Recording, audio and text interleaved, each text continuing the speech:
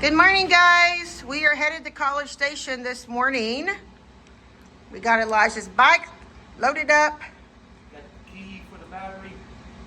We got a couple of jackets packed for him. We get started getting cooler in the mornings. And then we're gonna probably go up there and have lunch with them somewhere. So you guys buckle up and come on with us. All right, guys, we made it to College Station and we have stopped to give you guys a little tour of the bonfire memorial. That was a tragic accident that happened in 1999 while the students were constructing the bonfire. So Tina, you want to go from here? You wanted to read the It's called The Last Corpse Trip. It was written in 1951, but it's fitting for the tragedy that happened in 99 where there was 12 Aggies that were killed in the collapse of the bonfire. It was Judgment Day in Aggie land, and tenseness filled the air. All who knew there was a trip at hand, but not a soul knew where. Assembled on the drill field was the world-renowned 12th man, the entire fighting Aggie team, and the famous Aggie band. And out in front with Royal Guard, the reviewing party stood. St. Peter and his angel staff were choosing bad from good. First he surveyed the Aggie team, and in terms of an angel swore, "By Jove, I do believe I've seen this gallant group before. I've seen them play since way back when, and they've always had the grit. I've seen them lose and I've seen them win, but I've never seen them quit. No need for us to tarry here, deciding upon their fates. 'Tis plain as the halo on my head that they've opened heaven's gates." And when the 12th man heard this, they let out a mighty yell that echoed clear to heaven and shook the gates of hell. And what group is this upon the side? St. Peter asked his aid, that swelled as if to burst with pride when we are our judgment made. Why, sir, that's the cadet corps that's known both far and wide for backing up their fighting team, whether they won, lost, or tied. Well then, said St. Peter, it's very plain to me that within the realms of heaven they should spend eternity, and have the Texas Aggie band at once commence to play, for their fates too we must decide upon this crucial day. And the drum major, so hearing, slowly raised his hand and said, "Boys, let's play the spirit for the last time in Aggie land." The band poured forth their anthem in notes both bright and clear, and 10,000 Aggie voices sung the song they hold so dear. And when the band finished, St. Peter wiped his eyes and said, "It's not hard to see they're meant for paradise." And the colonel of the cadet corps said, as he stiffly took his stand, "It's just another corpse trip, boys. We'll march in behind the band." It just makes me cry because it was 12 men that died that day in the bonfire, and it's just so strange how the Aggies have the 12th men is their motto, and it was 12 men that died that day on the collapse of the bonfire.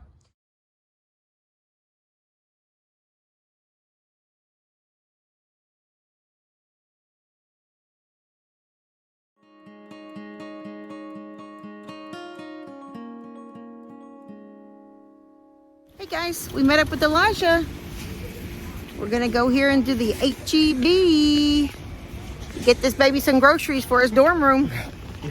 What you need? You need water. Water, and then just like a couple of little like snacks I can put in the microwave. A picture. I was Kool-Aid picture busted. All right, we'll catch y'all later. We're having our ice cream.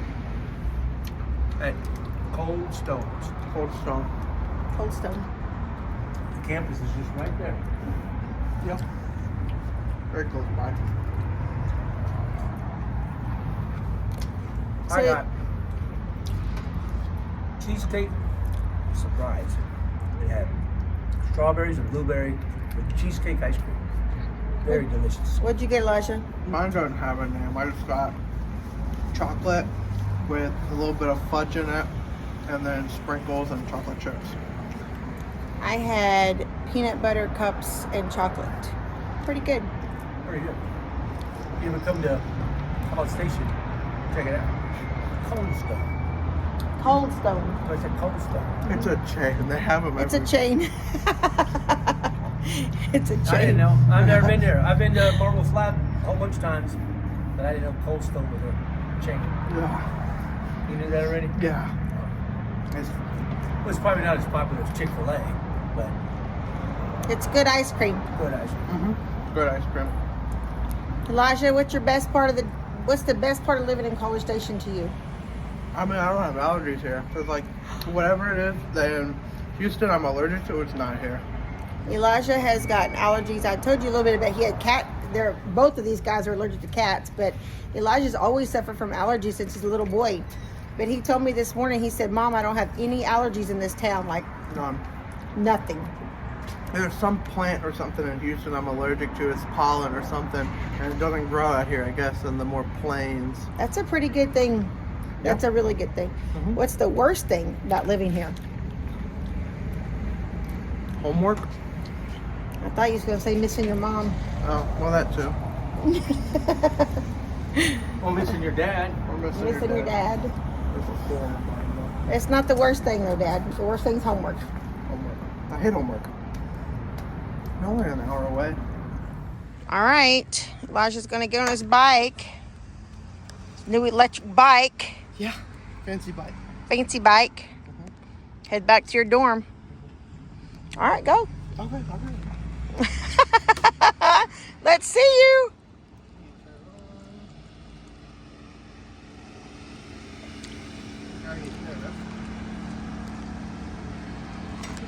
Fancy bike.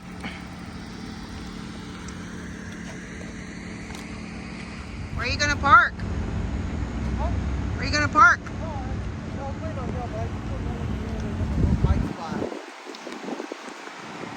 You gotta get the key. You gonna take it off?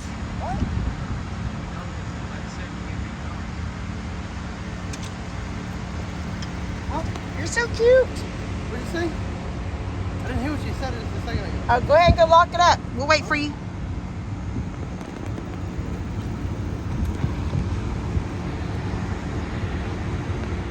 Bye, baby. Bye.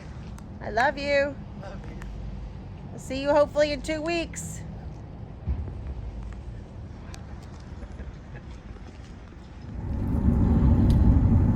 We just said goodbye to Elijah.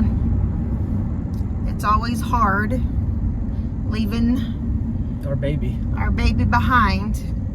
A friend of mine at work, she said, well, they're not going to war. They're going to Disneyland. I don't exactly think he's experiencing Disneyland right now because he said some of his classes are really hard. So, but We had a good visit with them. We were able to go get some groceries for them, and we took them to dinner. and ice cream. Ice cream, and just enjoyed each other's company. Bought him a new shirt. Oh yeah, bought him a new shirt. And he was so excited to get the bicycle. He was really happy about that. Yes. I was going to try to film him driving down the little road after he got on it, but he went so fast we couldn't even keep up with him in our truck. Yeah. He was just scooting right along. So I think he really is going to enjoy having that bicycle. One of his classes is kind of like far off of campus. It's a it's a paintball. Paintball. Yeah. Yes, he does paintball, and it's kinesiology. It's kinesiology, yes, but he chose paintball because he likes paintball. And they used to play that with my dad and my brothers when they were younger. So he's really excited. He was excited about the paintball class. One thing he's. Oh, I'm sorry, but I thought you were done. No, that one he has to travel. It's about a mile or two from his dorm. But now he'll be able to ride the bike instead of trying to drive his car. One thing he said about the bike is that some of his classes are far away, and he says, Dad, man, I don't mind riding my regular bike, but sometimes, right now it's cooled off, but before it was hot. He said, I'd get to class just sweaty, and then you want to go to class all sweaty. And I was like, oh, I didn't think about that. He goes, yeah, if you bicycle for a mile and a half, 2 miles away at 100-some degrees, he's gonna be just sweating by the time he gets to class. And then you're sitting right next to somebody and you're all stinky. Yeah, exactly. So It's probably not good for his college game. So what's really nice is that Elijah, the school that he's going to, is only an hour and a half away from our home. So and he's able to go to a really great college and being really close to home makes it a little easier for us. So an hour and a half drive to see him is not too terrible. But I'm still trying to give him the space that he needs. So even though I could see him more often, I'm trying to, you know, let him grow and have that space away from me. So that's important. Well, we've had a good day, and thank you guys for coming along with us. I'm Tina. And I'm Rob. And we're living off the hill.